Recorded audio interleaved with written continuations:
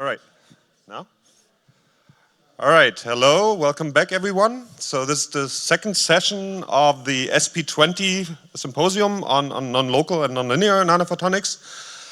I'm Alex Paumann from the Fritz Haber Institute in Berlin, and I'm going to chair this session. And I'm going to start right away with the first speaker, who's a keynote talk from Javier García de Abajo from ICFO in Barcelona, and he's going to talk about probing nanoscale optical non-local and non-linear effects through free electrons. 30 minutes, stage is yours.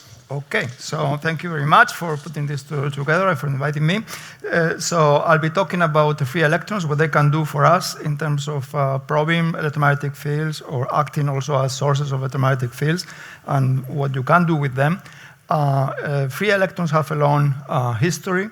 I always like to remind about this result, which is the first experimental demonstration of the existence of surface plasmons and also bulk plasmons made through electrons of relatively low energies reflected from an aluminum surface. At the time, in the 50s, they didn't have surface science techniques with ultra-high vacuum, so they had to do things like, for example, melt the aluminum, but still were able to record these energy losses very well, and that was the first evidence for these plasmons to exist.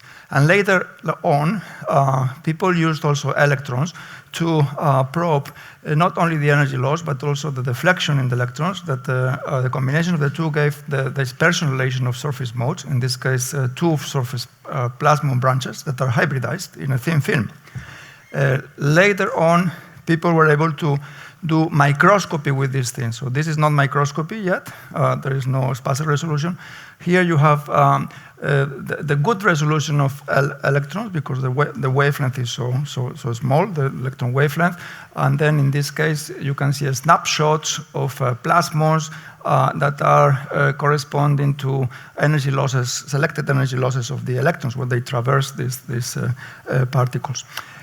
And latest advanced now in the group of Klaus Roppers in Göttingen. So these are snapshots of these plasmons in similar silver nanotriangles, now resolved with attosecond resolution in time. So I'll explain a little bit how this is possible.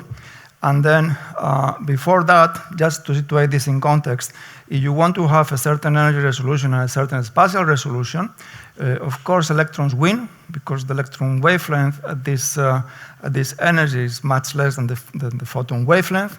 I'm cheating a bit because the electron energies that we are going to talk about are much higher. This is the energy lost by the electron. Anyway, these are techniques that are based on electrons, and of course, they win the ones that are based on light alone.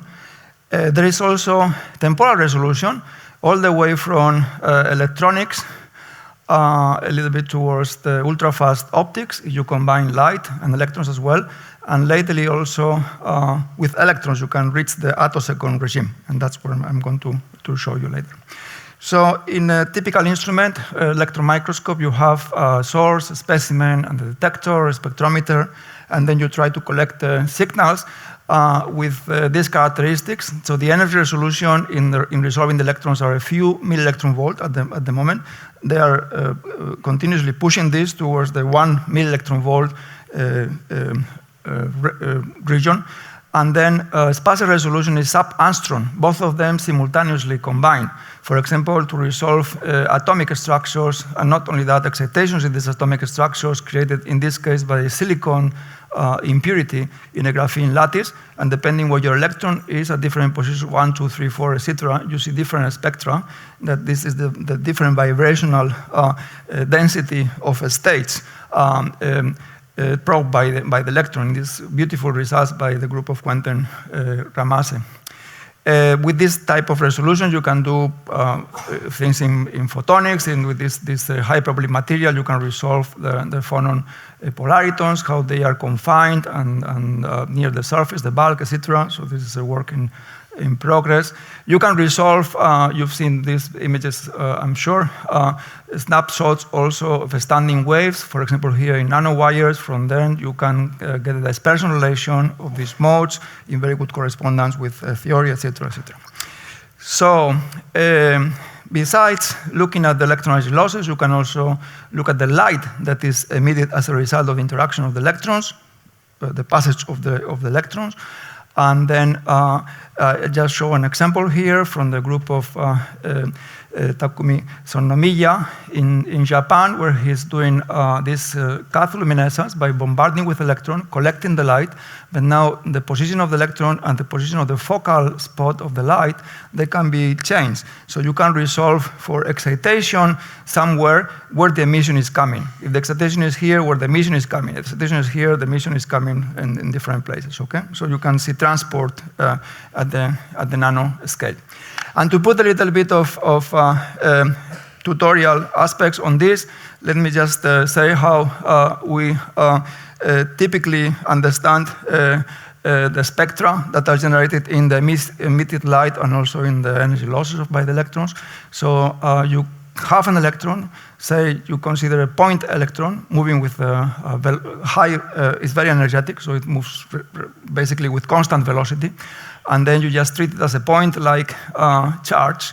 And then you want to look at electromagnetic things. Therefore, it makes sense to do the Fourier transform of this current of the electron and work in the frequency domain. And now, once you have that, then this is just the source that you have to plug into your Maxwell's equations. And then your media here, for example, a particle, should be represented by the dielectric function.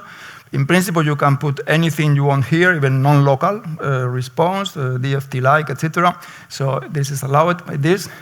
But then once you have that, in this particular example, you will have, for example, some probability that, some initial field coming with electron that is scattered by the object, and now this produces far field components. If you integrate the far field components, the Poynting vector, so you calculate how much energy is released, and you resolve them in frequency, because you are working in Fourier space, and divide by h bar omega, you have the probability of emitting one photon.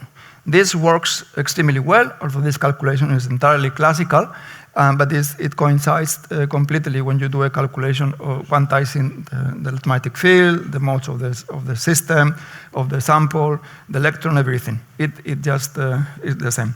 If you have an absorbing material, part of the field is also producing losses. You can add to the emitted photons also part of the probability that is going into absorption by the material, but you can also more cleverly just study the work done by the field induced by the electron acting back on the electron, and that produces some stopping, and again, resolve in energy divided by h bar omega gives you the probability of producing energy losses. So that's the thing. Everything is kind of classical here. You can have also interesting processes. I would like to show this result. It's 1966. I think it's quite outstanding that this was done at the time. So in burst was sending electrons through lithium fluoride and looking at energy losses associated with the losses created by phonon polaritons, right? So that were created there. But then he also observed a gain peak, so electrons that gained energy. It's like in a harmonic oscillator where you have different levels. So going up, the probability is proportional to n plus 1, and down is proportional to n. So you lose, then you create one more mode, so it's proportional to n plus 1. This is proportional to n. The difference is just, the difference between two is just a spontaneous emission. Everything else is stimulated emission, in this case by chaotic light, thermal population of the phonons. And because this n is just the thermal population, from here you can also divide n plus 1 divided by n, or gain divided by loss, take the logarithm, and this is just the temperature of the sample, of these modes. And now this has been done in a more modern fashion a few years ago, and then just looking at the temperature, by looking at these slopes, the temperature distribution in a small material with electrons, right? So this is electron thermometry. We've done this also with these long wires, where you can see many plasmon peaks, standing waves in these long wires, just 15 microns of copper wire. And then the low energy ones, are so low energy that they can be also thermally populated. So you can see energy gains, energy losses, and then taking the ratio, etc., you can see resolve the temperature with, well, not so great accuracy, but still is there, no? The room temperature. Right, so rather than having thermal light in the system, or thermal population of the system, you can also pump the system with external light, and then you can do other interesting things. One of the first things we were interested is when you reverse the process and send light, now the electron can interact with this light, and it can gain energy. So you can have stimulated losses, but also stimulated gains of energy. If you look at the strength of this peak as a function of the frequency of your pump, if your frequency is tuning one of the resonances in your system, the near field will be large, the interaction will be large, so you have a large integral of this. And then this will be modulated with the frequency of the light. The resolution of your technique in spectrally will no longer be limited by the width, spectral width of the electron. Now is the ability that you have to tune the frequency of the light very, very precisely, right? And this has been, oops, I forgot the slide. Okay, I'll show you. Okay. I need to see. This should be here.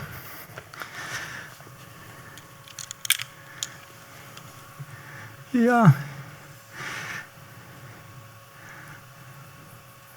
Okay, anyway, so I guess the slide should be here. Anyway, so why are we talking about interaction of electrons with light in the first place? So you have an electron that is, for example, absorbing light in this case. So to absorb light, then you have to have momentum and energy conservation. And from this simple relation, momentum and energy conservation, you can combine these two and just find out, just eliminate the final velocity here, for example, and find out what is the relation that you have between the frequency and the wave vector of the light that can be absorbed by the electron, right? And if you plug this in this dispersion diagram, where you have here the light line, obviously kV, V is the speed of the electron. It has to be always smaller than the speed of light. So it's this slope, right? That's where you can absorb photons, no? Here or anywhere below this, right? And that's precisely this region that doesn't overlap the light line. So end of story, there is no interaction at all, right? The coupling here obviously occurs through this through this conservation, the frequency and momentum. So basically, you go through a certain optical field, and then you look at the Fourier transform of this field, basically the spatial component that has this wave vector. So you do the Fourier transform of this field in this way. No? That's the typical coupling coefficient. This will show up eventually in many of the techniques that rely on the interaction of these electrons. Now, when you have the electron passing near your particle, then you have the initial electron energy state of the electron. Eventually, if you absorb energy, the electron will just gain energy with this coupling coefficient. So the coupling coefficient is essentially what I showed you here before, and this is now actually, if you look at the inverse process, where the electron is just coming and emit light, then you have far field radiation, cathodoluminescence radiation with a certain amplitude. The interesting thing is that these two processes are completely interrelated, and there is this rigorous relation between the coupling coefficient when the electron gains energy, electron gain spectroscopy, or this far field cathodoluminescence amplitude when the electron emits light, okay? And now this is the slide that I was missing before, but there was a reason for this. I wanted to show you this. I wanted to show you that the two techniques, cathodoluminescence and X, are essentially two sides of the same physics. And then this is now a result of applying the different techniques, ILS, cathodoluminescence, and X, to resolve Mie modes in big spheres. These Mie modes are very narrow spectrally, and so you can see how narrow they are here. You can resolve them very well with X, precisely because you can tune the frequency of the light very, very well. You could also resolve them very well in cathodoluminescence because you are collecting light and you have good spectrometers. But the signal-to-noise ratio is not that good because unlike an energy gain where you can pump the system with as much energy as you want, in cathodoluminescence you just have a spontaneous process that emits photons spontaneously, right? And in EELS you don't have the resolution, so that's what you have, no? If you go to even larger spheres with quality factors of 10 to the 4 here, you see micro electron volt energy features. This is done with X, and none of these two show anything in the spectra. So the spectra for cathodoluminescence here is flat. You don't see any feature, okay? So one thing you gain by sending light into the system is you gain better resolution if you do it in this way.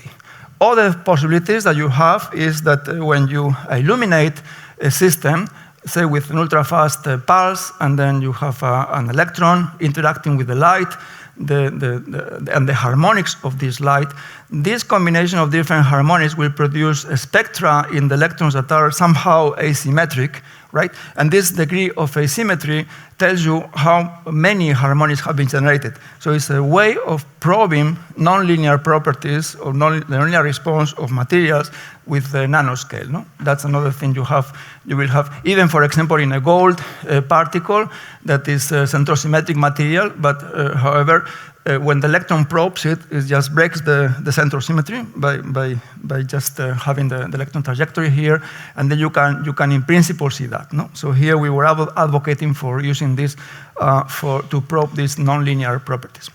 In a recent result that Leila Prelat have shown this morning, but then we were also considering sending light to the system, but also mixing it with light or electromagnetic components from the electron. So you can have pumping and spontaneous processes,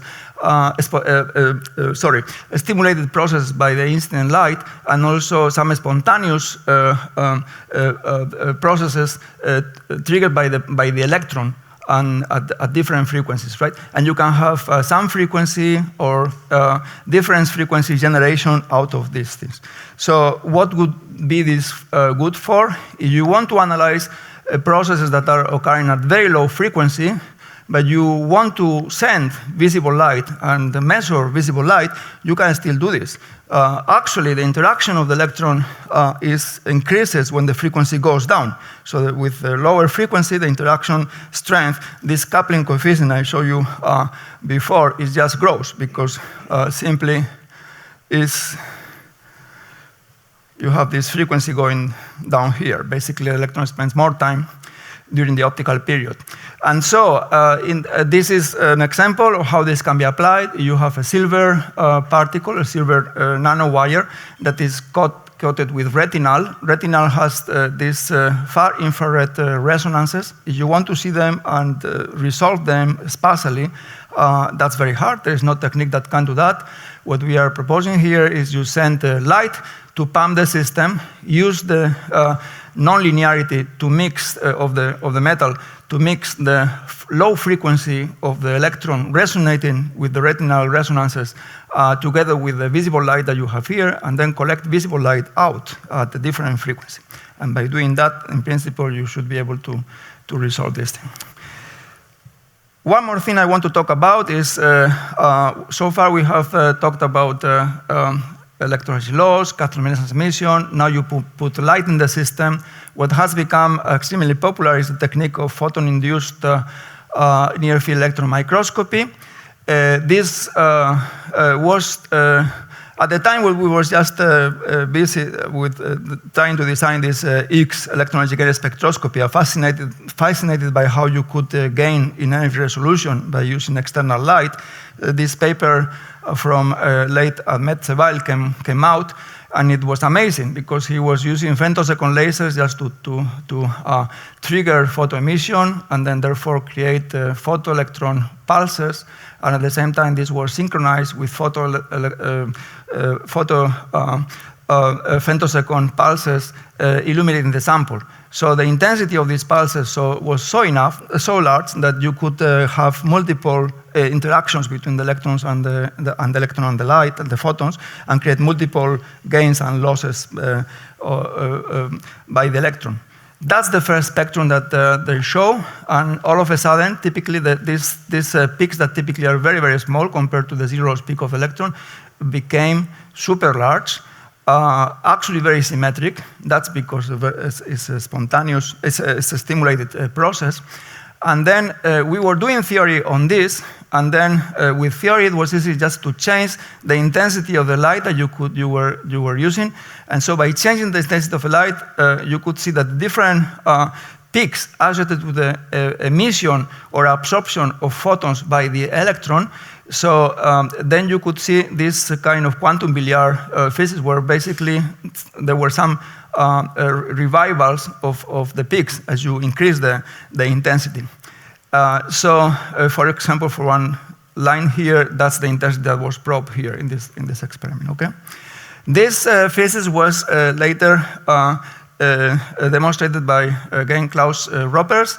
This is intensity. This is field. That's why you have here cones and parabolas with the same thing. So basically, by changing the intensity, the amplitude of the incident field, you could have also these revivals of the different photon channels, right? And yes, so to explain this, it's actually surprisingly easy because now you have to describe the electron in its full quantum mechanical description. So you have an incident electron wave function like this, and now the interaction that passes through the light is going to change the wave function. Basically, through a multiplicative factor like this, is like a frequency comb or an energy comb. You have here the frequency of the photons. L is the number of photons that you can emit or absorb. You will see here omega divided by V, again, is the momentum. Remember this phase matching that we obtained before. And that's it. So basically, this coefficient now turns out to be proportional, roughly proportional, well, through a Bessel function, to this Fourier transform that we introduced before. It's just the spatial Fourier transform of the optical field at the spatial frequency omega divided by V. It's again the same thing, right? And basically, what is in this axis is the field intensity, the field amplitude, and what is in this axis is number of photons. And that's why just the square of the Bessel function explains extremely well this data. Then, because the interaction can occur at different places, you can have your sample, but also a reference, and the two of them will just make up a total coupling coefficient, that is the sum of the two, but you are sensitive essentially to the intensity, which is basically the absolute value of this quantity. And then you have, in this case, some interference between the two, source and reference. If you know the reference very well, you can say something about the amplitude, the phase of the signal of your sample, right? And that's the way in which basically by analyzing data from this PNM interaction in these triangles, you can reconstruct not only the intensity of the intensity, which is encoded in this colors, but also the phase, right? The phase of the interaction. And so from here, you can reconstruct these movies that I showed you before, okay?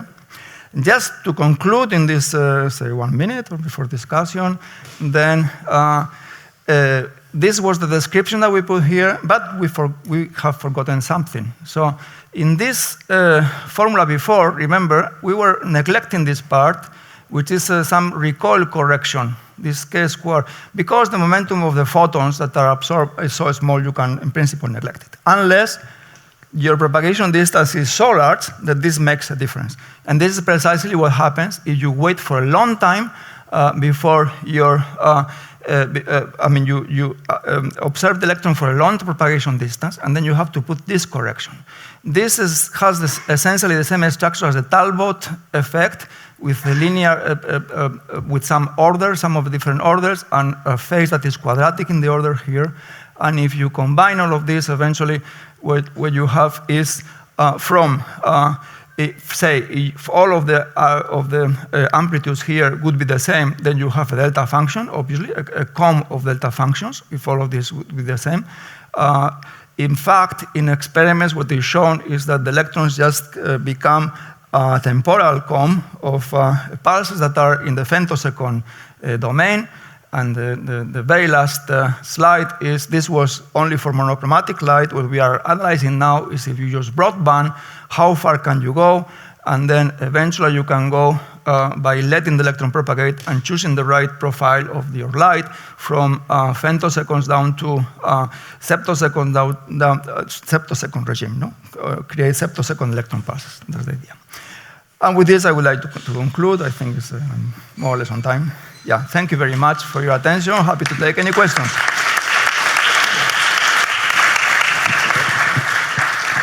All right, now we have time for questions. Thanks for staying on time. Javier, as usual, fantastic talk. So I have a crazy question based on my ignorance. When electron pass that nearby, sounds scary. Say, I have to say that sounds scary. No, not at all. If electron passes by, say, a metal particle, is there a Casimir force between them, relying on quantum fluctuations of vacuum or not? Yes, there's a charge. So a charge creates an induced charge. That's not Casimir. For Casimir, you have to have neutral things. What happens, in fact... Well, okay, neutral, but yes, there's an image interaction. It's not neutral, but the force can still be there. Is there. This is an image, is there. It's an image interaction. An electron can be deflected, also laterally, by the image force. Not only that, but there's an interesting effect.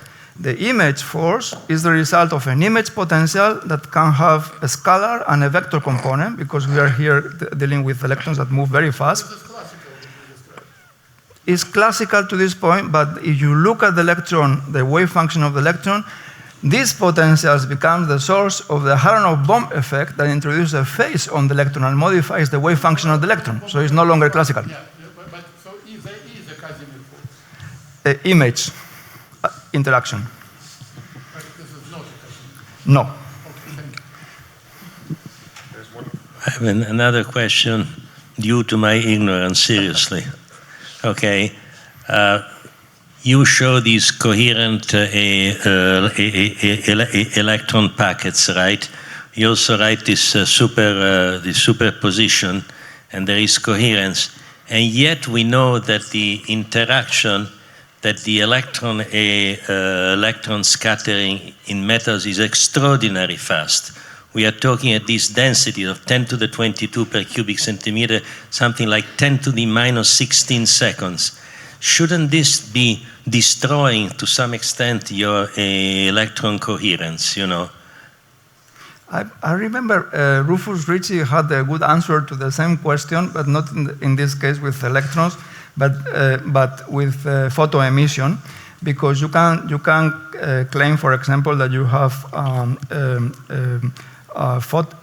X-ray pulse that is just triggering photoemission, and the time it takes the electron to be kicked out is super fast. It's much faster than any coherence time there. No, but the collision time, again, 10 to the minus 16 seconds is, and by the way, you are looking at the attosecond, you are looking on that time scale. So a parallel question is, can effects of